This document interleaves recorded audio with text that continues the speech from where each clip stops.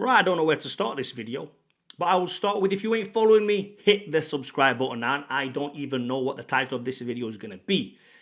But it's not going to be fitness related content, but it might help you guys decide. It might help you guys think before you write, or think before you say. In this instance, definitely write. And the person in question at the minute is JP, and not the fitness guy. I'm talking about, well, he's definitely not fitness. I'm talking about Jordan Peterson, the psychologist, the Harvard professor, the author of multiple best-selling books around the world, which I have read from cover to cover. Is that what you call it? Cover to cover? From the front cover to the back cover? I don't know why they call it cover to cover, but you get what I'm trying to say. Read all his books. Studied his books almost. Looked into this guy very extensively because he said a lot of things that I agreed with. Helps a lot of men in need. And then you slowly see him crumble and lie and be a hypocrite to tell you guys he's do this, but he's actually doing something completely opposite. Which makes you question, does this guy practice what he preaches? Well, it doesn't make you question. We know he doesn't practice what he preaches. He talks about being strong. He talks about holding it together when yet he is the weakest and he can't hold it together. And when the first sight of danger or fear strikes, what does he do? He turns to the tablets. He turns to the drink. In fact, I made the drink bit up. But I know he's on the pills. He's definitely on the pills. He got hooked on them. Cries like a baby. I'm just thinking, why is this guy so irate about Jordan Peterson? What has he done? What has he done? He wrote a tweet. And the tweet in question is, give them hell, Netanyahu. Now, first time I stopped following Jordan Peterson was when he did an interview, a very famous interview with Benjamin Netanyahu, as they cutely call Bibi, the president, prime minister, the man in charge over in the blue state. Now, I know he's a piece of shit, and a lot of people know he's a piece of shit for the things he's done, and I'm not here to talk about him right now. We ain't getting political. Trying to explain to you guys why sometimes your words are everything. What you say and what you give to people. It's very, very important. If you tell people this is how you should act, this is how you carry yourself as a man, make sure at least you practice what you preach. And I know the headlines recently came along, and there's a saying in the what do you call it? The news world, media world, mainstream media, and it goes like this: if it bleeds, it leads. And we as humans, when we see blood, we are drawn to the news. We are drawn to the event. We are drawn to the story. What is going on? There's blood, there's bloodshed, something's happened. And you guys know exactly what I'm talking about. It's very tragic. It's a very sad thing. But it's false. Yes, news has come out now, it's false. If you're watching this, it has been proven it is false. And I'm very happy it's false. I'm over the moon that it's false. Not because it's, the side you're supporting, yes. It's not about that. It's just because it's sad. Because innocent life should matter. Regardless, on the blue side and the red side. Innocence is innocence. I made a little reel the other day about women and children. And, without women, there's no children. And without children, there's no future. And it's true. They're the most important thing in war.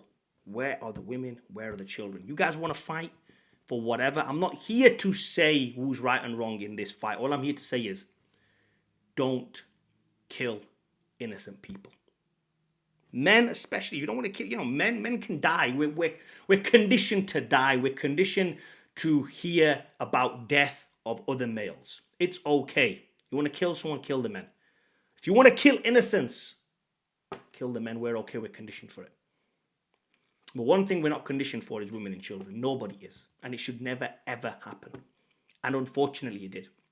But to go out there without any data, without any evidence, without any proof, to go on Twitter to your millions of followers around the world, many of them will be Palestinians as well, to go and put that tweet out there and say, give them hell, Netanyahu, shows what? Shows that you are a coward, shows that you are a man of low intellect shows that you are a man that cannot handle his emotions, and shows that you are a narcissist of the highest level, that you will put your knee-jerk, snap reaction emotions above the life of innocent people. That should be, and that is the true definition of a narcissist. You go about how you've wrote all these psychology books and you're so this history professor or whatever, this psychological professor, and you go on, you're from Harvard and you try to school these children when you go to these kids, you go to universities. Same with, what's his name? Ben Shapiro. They go to these universities and high schools and they school kids. It's not hard to school kids, bro. Go try and debate with someone who can debate. Come and debate with me, bro. Let's see how far you're going to get. I don't give a shit if you've got a history and psychology of PhD and this and that. Don't mean dick.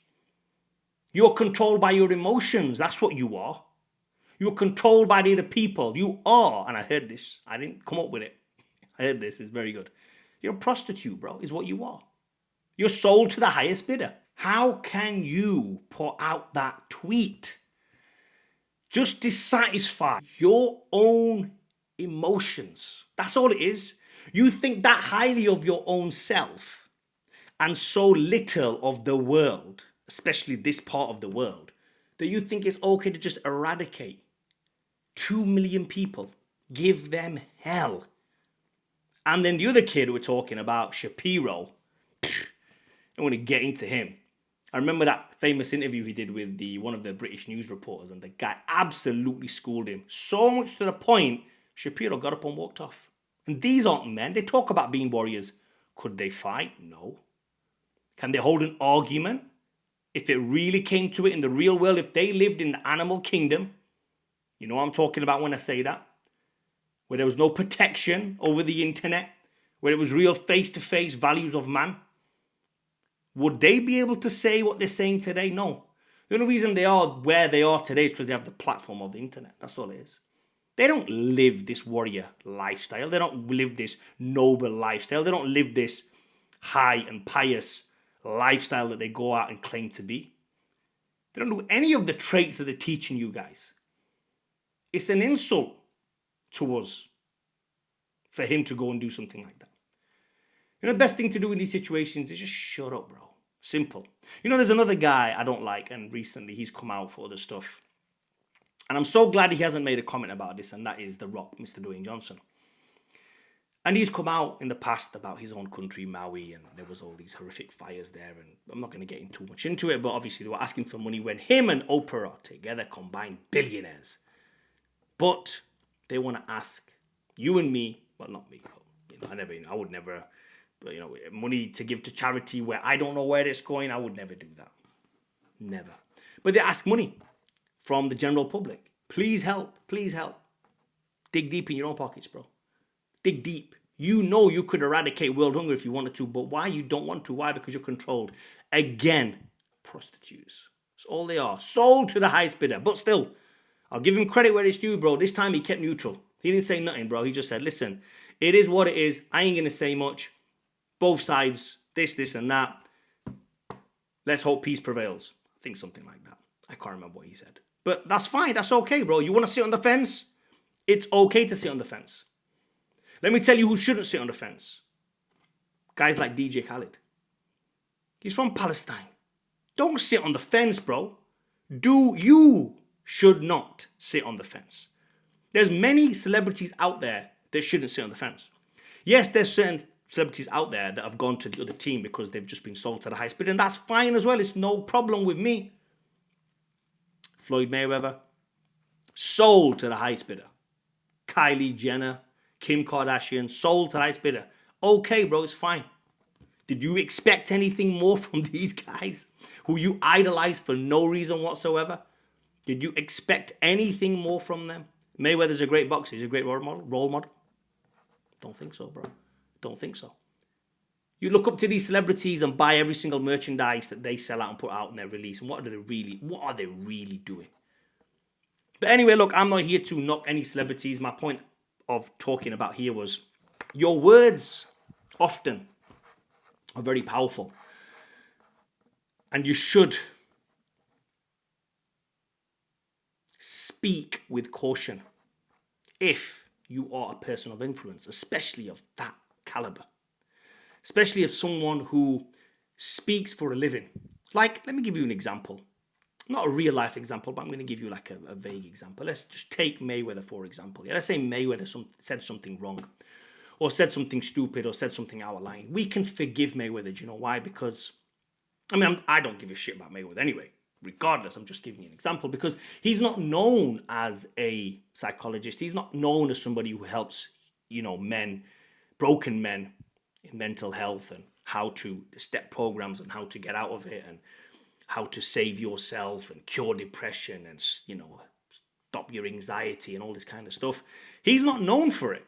So if he says something idiotic, it's okay to come from him. He's not he's not a Harvard professor. But Jordan Peterson is. So his words carry weight.